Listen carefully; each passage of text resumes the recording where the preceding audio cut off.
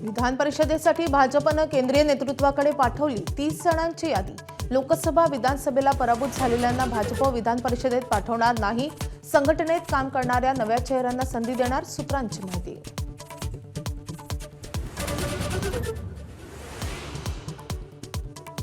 Rickshaw taxi चालकांना मराठी सक्तीसाठी कायद्यात बदल करण्याच्या हालचाली। गृह विभागाकडे प्रस्ताव सादर, हरकती सूचना मागवण्याची प्रक्रिया सुरू। होंदो अशोक खरातला 26 एप्रिलपर्यंत पोलीस कोठडी। 6व्या गुन्ह्याप्रकरणी कोठडीत रवानगी। मृत्यूची भीती दाखवून महिलांवर अत्याचार केल्याचा आरोप। मराठी येत नाही म्हणून रिक्षा चालकांचे परवाने रद्द करू नका। शिवसेना नेते संजय निरुपम यांची प्रताप सरनाईकांकडे मागणी। निरुपम यांनी जाहीर बोलण्यापेक्षा पक्षस्तरावर बोलावं, प्रकाश महाजनांचा सल्ला।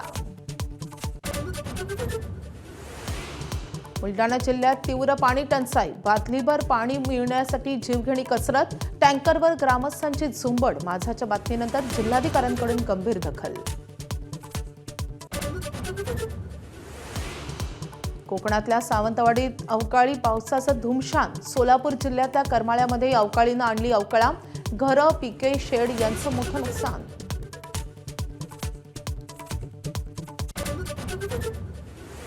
पश्चिम बंगालमध्ये तृणमूल काँग्रेसची गच्छंती निश्चित। पहिल्या टप्प्यातल्या टिच्चून मतदानानंतर अमित शहांची प्रतिक्रिया। नवा मुख्यमंत्री बंगालमध्ये शिकलेला आणि बंगालचाच असेल, बाहेरून नाही, अशी दिली ग्वाही।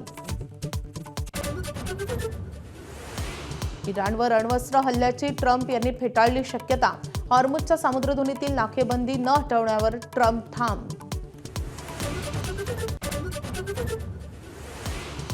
ट्रम्प यांनी भारताला नरक असा उल्लेख केल्यावर संतापाची लाट। भारताकडून कडाडून निषेध। भारत महान देश असल्याची दूतावासाची सारवासारव।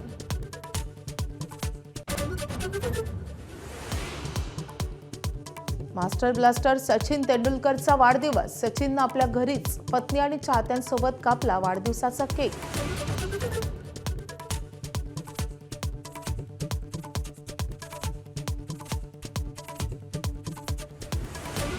Headlines brought to you by चितळेंची बाकरवडी। एकदम खास, कारण चवीला भारी आणि पाम ऑइल अजिबात नाही। ब्रेक नंतर दुपारच्या बातम्यांमध्ये आपलं पुन्हा एकदा स्वागत। बातमी आहे साताऱ्यातून। एनसीईआरटीच्या विरोधात साताऱ्यात आज जोरदार एल्गार पुकारण्यात आलाय। इयत्ता 8वीच्या इतिहासाच्या पुस्तकातून मराठा साम्राज्याचा विस्तार दर्शवणारा नकाशा हटवल्याच्या निषेधार्थ छत्रपती घराण्याच्या वतीनं मोर्चा काढण्यात आलाय। साताऱ्यातील शिवतीर्थावर छत्रपती शिवाजी महाराजांच्या पुतळ्याला अभिवादन करून वृषाली राजे भोसलेंच्या नेतृत्वात हा मोर्चा काढण्यात आलाय। मोर्चात मोठ्या संख्येनं शिवप्रेमी, विविध संघटना आणि नागरिक सहभागी झाले होते। छत्रपती घराण्यातील वृषाली राजे भोसले यांच्या नेतृत्वाखाली हा निषेध मोर्चा पार पडलाय। यावेळी बोलताना वृषाली राजे भोसले यांनी मराठा साम्राज्याचा इतिहास पुसण्याचा हा प्रयत्न असल्याचा आरोप केलाय। 8वीच्या इतिहासाच्या पुस्तकात पुन्हा नकाशाचा समावेश करावा, अन्यथा पुणे मुंबईसह राज्यभर आंदोलन छेडण्यात येईल असा इशाराही त्यांनी दिलाय।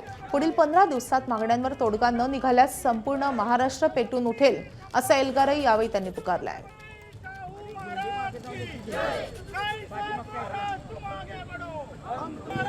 तुम्ही पाहू शकता या ठिकाणी आता जे जिल्हाधिकारी कार्यालय आहे, या ठिकाणी सर्व मराठी बांधव असतील, त्याचबरोबर शिवप्रेमी असतील आणि छत्रपती घराण्यातील सदस्य असतील ते देखील बसले आहेत। काय सांगाल, नेमकी काय मागणी आहे तुमची, काय सांगाल?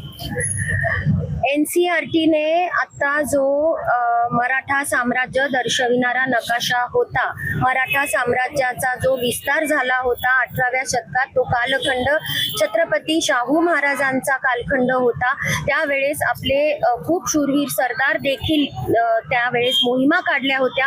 असा हा आपल्या पूर्वजांनी पराक्रम केलेला, त्या मातीत रक्त गाळलेला जो इतिहास आहे, दर्शविणारा जो नकाशा होता, तोच वगळून टाकलेला आहे। आणि आमची मागणी आहे की शासनाला आणि केंद्र सरकारला, महाराष्ट्र शासनाला, की याचा तत्काळ NCERTच्या अभ्यासक्रमामध्ये परत समावेश व्हावा. पहिल्यांदा बघितलं तर हिंदी पुस्तकातून हा नकाशा काढण्यात आला होता. आता इंग्लिश पुस्तकातून देखील हा नकाशा वगळण्यात आला आहे. एकंदरीत जर बघायला गेलं तर मराठ्यांची जी राजधानी आहे या साताऱ्यामध्ये आता प्रमुख मागणी काय आहे तुमची, की काय जर हा नकाशा जर पुन्हा नाही घेतला पुस्तकात तर काय असणार आहे पुढची भूमिका तुमची? आम्ही जन आंदोलनासाठी तयारी आमची आहे. याच्यानंतर पुण्यात, मुंबईतही ह्याची आंदोलनं होतील. आमचा जर ह्या जी मागणी आहे त्याची दखल सुद्धा जर घेतली नाही तर हे जन आंदोलनात स्वरूप घेणार, महाराष्ट्र पेटणार. आणि छत्रपती शिवाजी महाराज हे कोणाचे एकट्याचे नव्हते, पूर्ण महाराष्ट्राचे होते. त्यामुळं इथं सर्व पक्षीय, सर्व धर्म महाराष्ट्र पेटणार जर त्यांनी नकाशा आणि आमच्या महाराजांचा इतिहास पुसायचं ठरवलं असेल तर आम्ही गप्प बसणार नाही. नकाशा लवकरात लवकर पुस्तकात 8वीच्या घेण्यात यावा, नाही तर महाराष्ट्र पेटेल अशी भावना देखील ऋषाली राजे भोसले यांनी व्यक्त करताना आपल्याला पाहायला मिळते.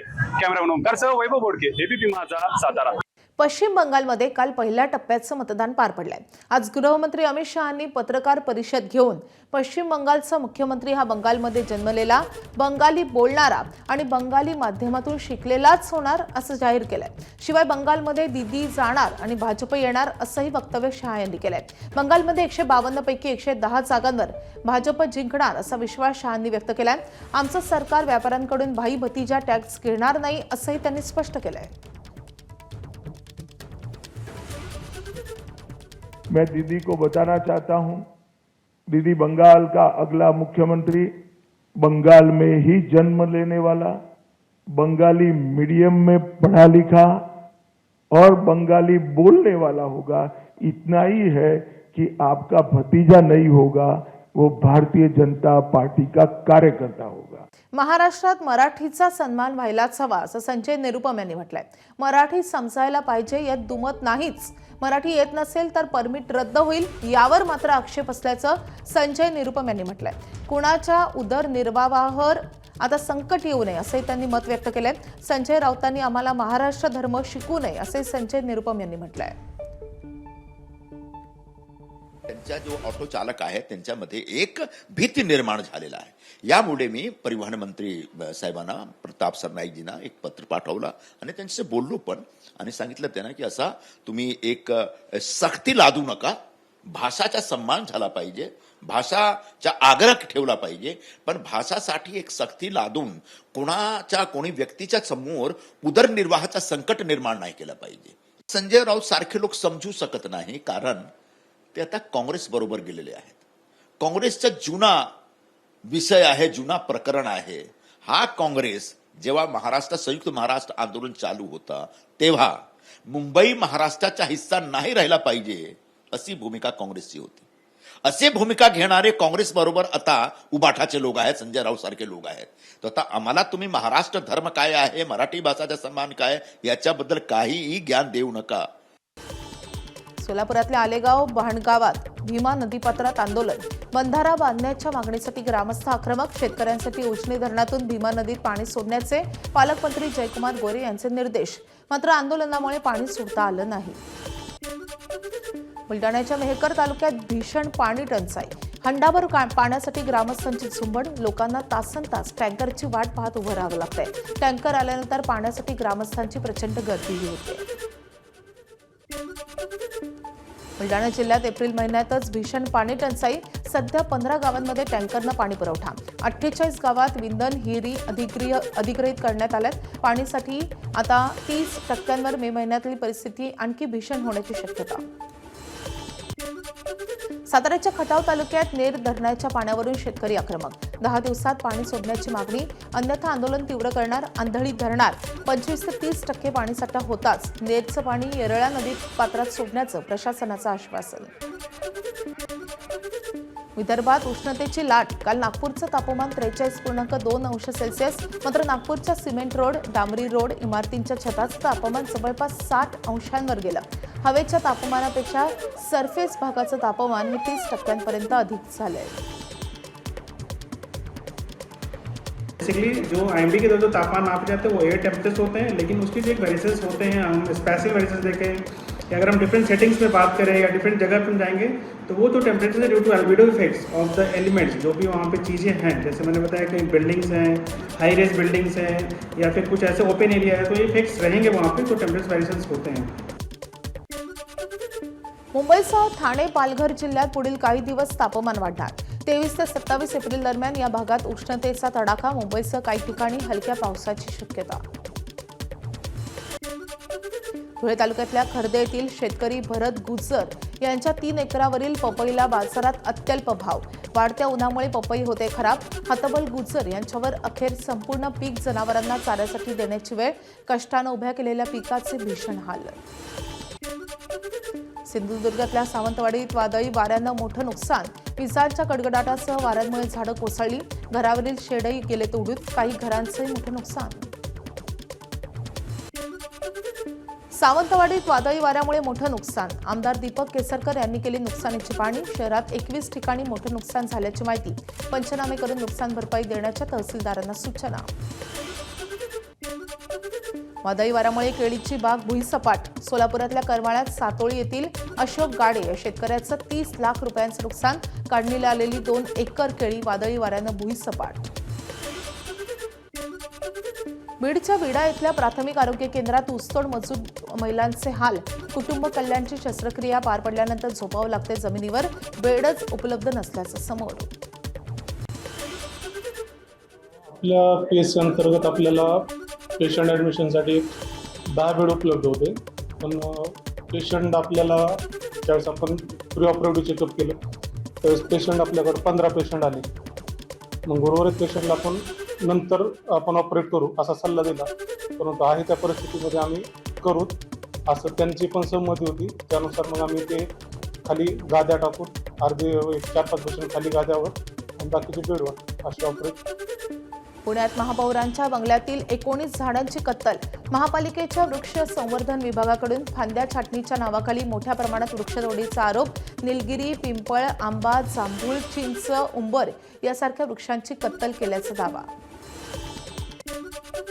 पुरातत्व विभागाचे नियम डावलत तुळजाभवानी देवीची 6वी सिंहासन पूजा, पुजाऱ्याच्या विरोधात गुन्हा दाखल, 5 वर्ष मंदिर प्रवेश बंदीची कारवाई। ऑनलाईन बुकिंग नसताना अधिकारी कर्मचाऱ्यांना मॅनेज करत 6वी सिंहासन पूजा घातल्याचा संशय। धाराशिवमध्ये अंगणवाडी पोषण आहारात घोटाळा झाल्याचा आरोप, निकृष्ट आहार मिळत असल्यानं अंगणवाडी सेविका आणि पालक आक्रमक। सोमवार ते शनिवार मिळतो एकच आहार, कुपोषण दूर करणं अंगणवाडींचा उद्देश, मात्र निकृष्ट आहारामुळे उद्दिष्टाला हरताळ फासल्याचा आरोप। त्याच्यात आळी निघाली होती, लापसीमध्ये आळी। मग त्यांनी आम्ही म्हणतो तुम्ही तुमच्या लेकराला असं खाऊ घालतात का, लेकराच्या तोंडातलं काढून खाऊ नका तुम्ही, किती म्हणतात त्यांना, तर एका लेकरांना प्रति त्यांना 8 रुपये तरी असतील ना, मग तुम्ही 2 रुपये सुद्धा खर्चत नाही त्या लेकरांना। अर्धा किलो तांदळाचा सर भात किती होते तेवढा भात देते आणि रेशनचा तांदूळ वापरते। राज्यातील शासकीय आणि निमशासकीय कर्मचाऱ्यांच्या बेमुदत संपाचा आजचा 4था दिवस। सरकारी कर्मचाऱ्यांच्या सुधारित निवृत्ती वेतन योजनेसह 18 मागण्यांवर कोणताही तोडगा न निघाल्यानं संप कायम। मुख्यमंत्री देवेंद्र फडणवीसांकडून लेखी आश्वासन येत नाही तोपर्यंत संप मागे न घेण्याचा निर्धार। जुनी पेन्शन योजना लागू करण्याच्या मागणीसाठी सरकारी कर्मचारी 4 दिवसांपासून संपावर। संभाजीनगरमधल्या घाटी रुग्णालयातील परिचारिकाही संपावर। जुनी पेन्शन योजना लागू करत नाही तोपर्यंत माघार न घेण्याचा निर्धार।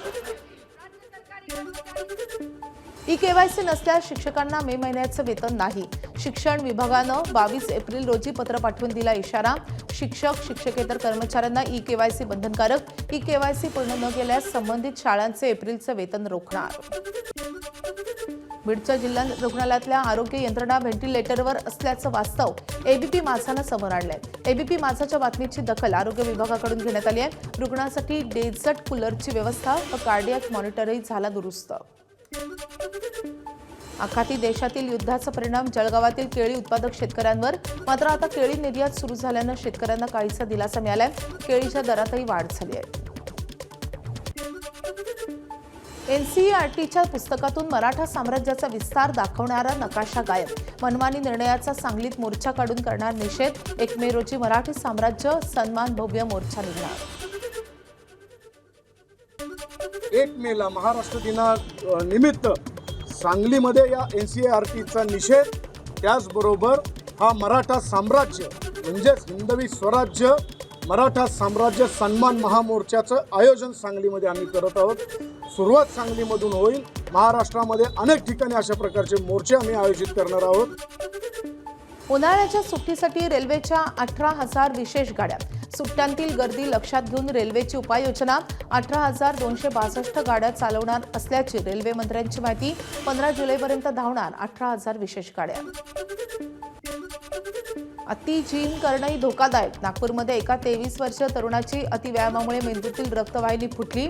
सुदैवानं डॉक्टरांनी गोल्डन आवरमध्ये शस्त्रक्रिया केल्यानं तरुणाचा जीव वाचलाय आणि त्यामुळे व्यायाम करणाऱ्या तरुणांनी काळजी घेण्याची गरज या निमित्तानं पुन्हा अधोरेखित झाली आहे. नागपूरमध्ये सोशल मीडियावर आक्षेपार्ह व्हिडिओ पोस्ट करून केंद्रीय मंत्री नितीन गडकरी आणि त्यांच्या कुटुंबियांना धमकी. या प्रकरणी धंतोली पोलीस ठाण्यात आरोपींच्या विरोधात गुन्हा. पोस्ट करणाऱ्यांचा शोध सुरू. आमदार संजय गायकवाड यांच्यावर गुन्हा दाखल करा. आमदार रोहित पवारांची मागणी. रोहित पवार कोल्हापुरातल्या राजाराम पोलीस स्टेशनला जाणार. शिवाजी कोण होता या पुस्तकाच्या प्रकाशकाला संजय गायकवाड यांनी दिली होती धमकी. विधान परिषदेच्या 9 जागांसाठी भाजपकडून केंद्रीय नेतृत्वाला 30 जणांची यादी. विधान परिषदेच्या निवडणुकीसाठी संघटनेत काम करणाऱ्या आणि नव्या चेहऱ्यांना संधी देण्याचा भाजपच्या कोर कमिटीचा निर्णय. विधान परिषद निवडणुकीसाठी भाजपकडून माधवी नाईक, डॉक्टर उपेंद्र कोठेकर, केशव उपाध्ये, रवी अनासपुरे, दयाशंकर तिवारी, संजय काका पाटील, विवेक कोल्हे, जगदीश मुळीक, प्रमोद जठार, दादाराव केतसे, संजय भेंडे या नावांची यादी. सूत्रांची माहिती. विधान परिषदेवर संधी द्या. अकोल्यातील शिवसेनेचे नेते रामेश्वर पवार यांची उपमुख्यमंत्र्यांकडे पत्राद्वारे मागणी. विधान परिषदेच्या आगामी निवडणुकीत 9 पैकी 2 जागा शिंदेच्या शिवसेनेच्या वाट्याला. त्यासाठी पक्षात इच्छुकांची मोठी रांग. बारामती पोटनिवडणुकीत 58.17% मतदान. 2,23,705 मतदारांनी बजावला हक्क. 2024च्या तुलनेत झालं 72% मतदान. 2024च्या तुलनेत मतदानामध्ये 13% अधिक घट. बारामतीसह राहुरी पोटनिवडणुकीची 4 मे रोजी मतमोजणी. पश्चिम बंगालमध्ये पहिल्या टप्प्यात विक्रमी मतदान. सरासरी 92.6% मतदानाची नोंद. 16 जिल्ह्यात 152 जागांसाठी झालं मतदान. देशातलं अभूतपूर्व मतदान अशी निवडणूक आयोगाची प्रतिक्रिया. SIRद्वारे 27 लाख मतदार वगळल्याच्या पार्श्वभूमीवर मतदान. राजू शेट्टी आज उद्धव ठाकरेंची मातोश्रीवर जाऊन घेणार भेट. कोकणातील आंबा आणि काजू उत्पादकांच्या नुकसानीच्या मुद्द्यावर समर्थनासाठी भेट. शेतकऱ्यांच्या प्रश्नावर विरोधकांनी एकत्र यावं यासाठी राजू शेट्टी यांचा पुढाकार. शिवसेना नेते संजय निरुपम यांचं प्रताप सरनाईकांना पत्र. रिक्षा आणि टॅक्सी चालकांना करण्यात आलेल्या मराठी सक्तीबाबत फेरविचार करण्याची पत्राद्वारे मागणी. आज संजय निरुपम उत्तर भारतीय रिक्षा चालकांसोबत संवाद साधणार. ठाण्यातल्या ज्ञानेश्वर नगर परिसरात शिवसेना आणि ठाकरेंची शिवसेना आमनेसामने. उद्यानासाठी राखीव असलेल्या जागेत आरोग्य केंद्रांचे कंटेनर उभारण्याला स्थानिकांचा विरोध. स्थानिक नागरिक आणि ठाकरेंच्या नगरसेवकांचं आंदोलन. शिंदेच्या शिवसेनेचे नगरसेवक अनिल भोर मात्र आरोग्य केंद्र उभारण्यावर ठाम. वसई विरार महापालिकेच्या अनधिकृत बांधकामांसंदर्भात अजब निर्णय. वसई विरारमधल्या 2025 पर्यंत उभारलेल्या सर्व अनधिकृत चाळी आणि इमारतीचं पाणी कनेक्शन देण्याचा निर्णय. ओसी नसलेल्या अनधिकृत इमारतींना पाणी जोडणी देण्याच्या निर्णयावरून पालिकेच्या भूमिकेवर सवाल. मुंबई पुणे एक्सप्रेसवे दुपारी 3 वाजेपर्यंत बंद राहणार आहे. कुसगाव येथे बांधण्यात आलेल्या पुलाचं शटरिंग काढणं, रंगकाम करण्याचं काम हाती घेण्यात आलंय आणि या कामासाठी द्रुतगती मार्गावरील वाहतूक काही कालावधीसाठी पूर्णपणे बंद राहील. मुंबईहून पुण्याकडे येणारी वाहतूक पूर्णपणे बंद ठेवण्यात येणार असून या रस्त्यावरून येणारी सर्व वाहनं कुसगाव टोल प्लाझावरून देहू रोड किवळे मार्गे पुण्याकडे वळवण्यात येईल. या पार्श्वभूमीवर वाहन चालकांनी प्रवासाचे योग्य नियोजन करावं आणि दिलेल्या कालावधीत पर्यायी मार्गांचा वापर करावा असं आवाहन करण्यात आलंय. आज आपण दुपारी 12 ते 3 ही पुण्याकडे जाणारी वाहतूक बंद केलेली आहे आणि पर्यायी मार्ग याच्यासाठी लोणावळाचं जे एक्झिट आहे तिथून एक्सप्रेसवेवरून खाली उतरून जुन्या मुंबई पुणे हायवे वरून म्हणजे तळेगाव कामशेत या मार्गे किवळेला लोकांना पोहोचता येईल पुण्याला जाण्यासाठी, पुणे आणि पुढे जाण्यासाठी. एबीपी माझा, उघडा डोळे बघा नीट.